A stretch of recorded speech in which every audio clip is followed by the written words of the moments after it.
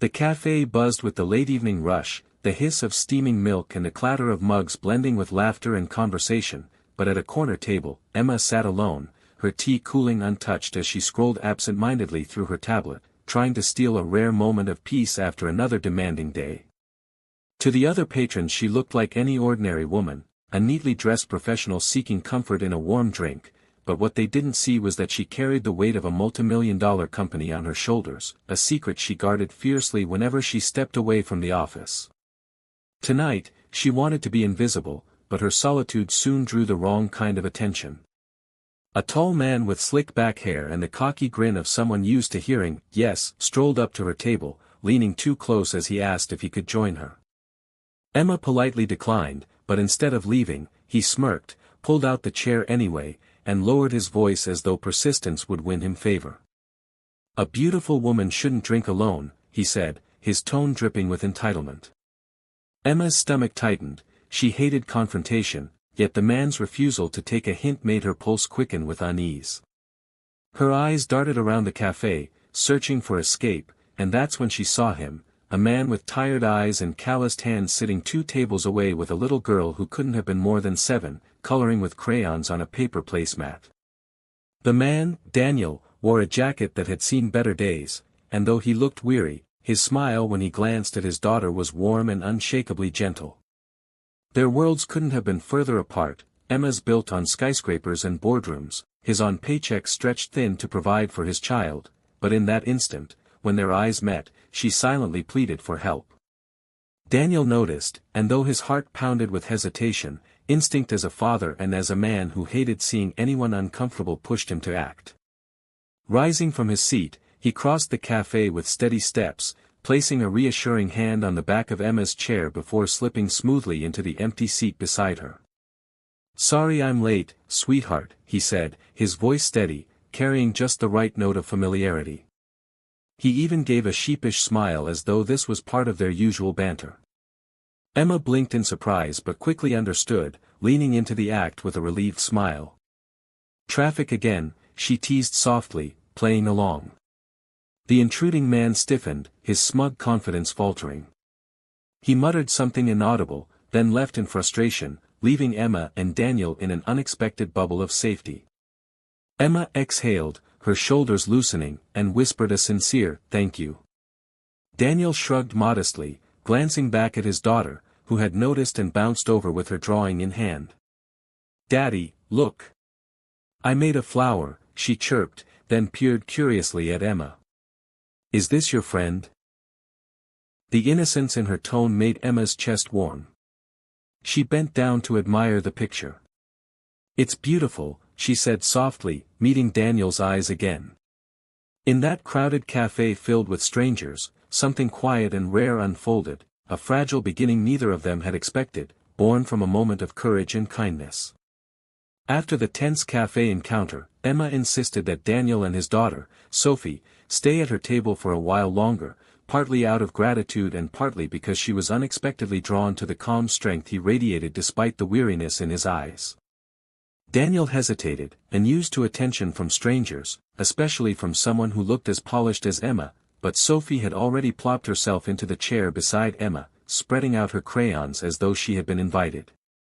Emma leaned in to admire the colorful sketches, her laughter soft and genuine as Sophie eagerly explained the petals of her crayon flowers and the bright suns she always drew in the corners. Daniel watched silently, torn between embarrassment and pride. His little girl had no idea how often her joy was the only light in their difficult days. Emma, sipping the now cold tea, asked Daniel about their lives, and though he wasn't one to share easily, her kind gaze and gentle tone coaxed the truth out of him. He worked 2 jobs, construction during the day and janitorial shifts at night, barely scraping enough to pay rent and keep food on the table. Emma listened without judgment, nodding with a softness that told him she wasn't pitying him but simply hearing him, which was something Daniel realized he hadn't felt in a long time. In turn, he asked about her interests, and she surprised him by admitting she loved reading mystery novels and walking through parks more than going out to fancy places. He couldn't reconcile her elegance with her simple tastes, yet the sincerity in her voice made him believe her. The minutes stretched into an hour, the hum of the cafe fading into the background as the three of them talked and laughed like old friends. At one point, Sophie yawned and leaned against her father's arm, her eyelids drooping, and Daniel checked the time with a start. "We should get going," he said reluctantly, brushing Sophie's hair back. "She turns into a little monster without her bedtime." Emma chuckled, her heart tugging with a strange reluctance she hadn't expected. She didn't want this evening to end, not when she felt so at ease with them. On impulse, she reached into her bag, pulled out a small business card, and slid it across the table. "If you'd like to meet again, maybe at the park, or here, call me," she said, her tone casual though her eyes betrayed a flicker of hope. Daniel froze for a moment, feeling the weight of the card like it didn't belong in his rough, work-worn hand, but before he could find the right words, Sophie stirred and mumbled sleepily, "Can we see her again, Daddy? She's nice." That innocent request melted away the last of his hesitation, and he gave Emma a quiet, grateful smile as he slipped the card into his pocket.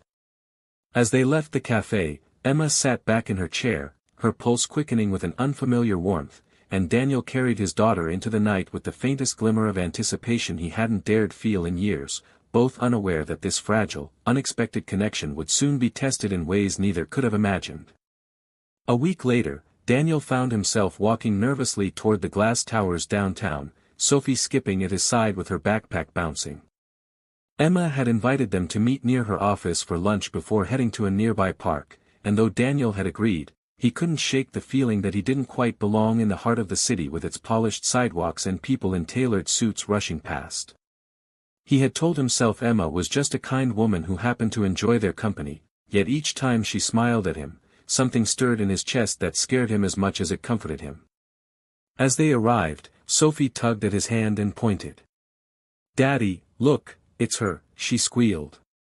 Daniel looked up just in time to see Emma step out of a sleek black car, a driver holding the door as several sharply dressed employees surrounded her, handing her folders and speaking in hurried tones that stopped the moment she lifted her hand to respond.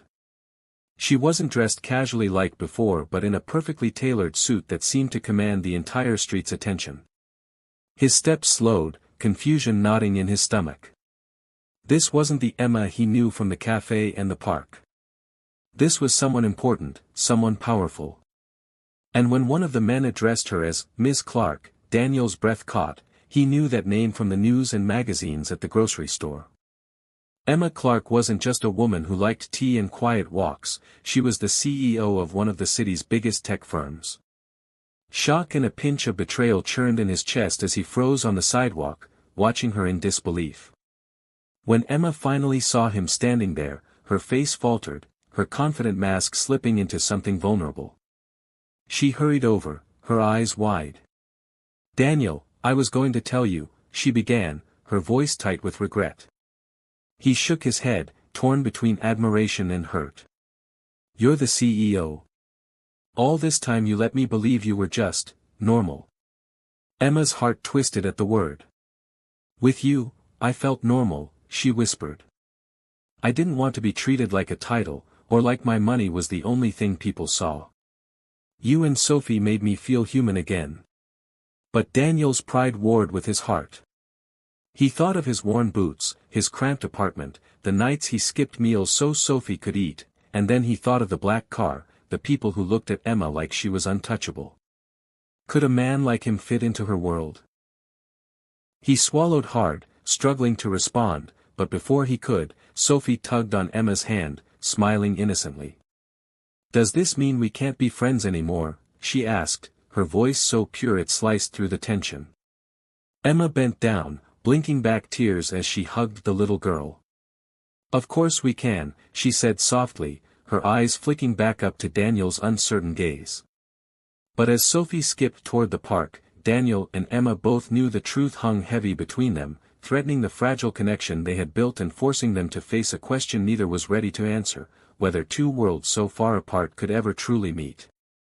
For days after the revelation, Daniel kept his distance, wrestling with a storm of emotions he couldn't easily name, admiration for Emma's strength, anger at being kept in the dark, but most of all a gnawing sense of inadequacy that whispered he could never be enough for a woman like her.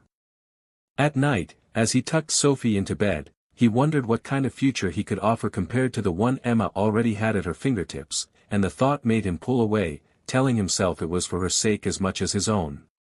But Emma wasn't willing to let go so easily. She had spent years surrounded by people who saw only her money and power, never the woman beneath, and Daniel was the first person in a long time who looked at her like she was simply human. She needed him to understand that her feelings weren't built on titles or wealth but on the quiet moments they had shared, his laughter, his kindness, the way he adored Sophie.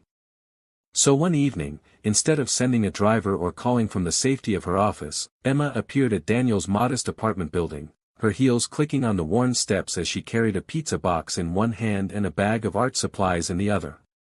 When Daniel opened the door, his surprise was almost comical, his brows furrowed as he tried to process why a woman who belonged to boardrooms and limousines was standing in his dimly lit hallway with crayons and paper for his daughter. "I thought Sophie might like these," Emma said softly, holding out the bag, her expression nervous but earnest.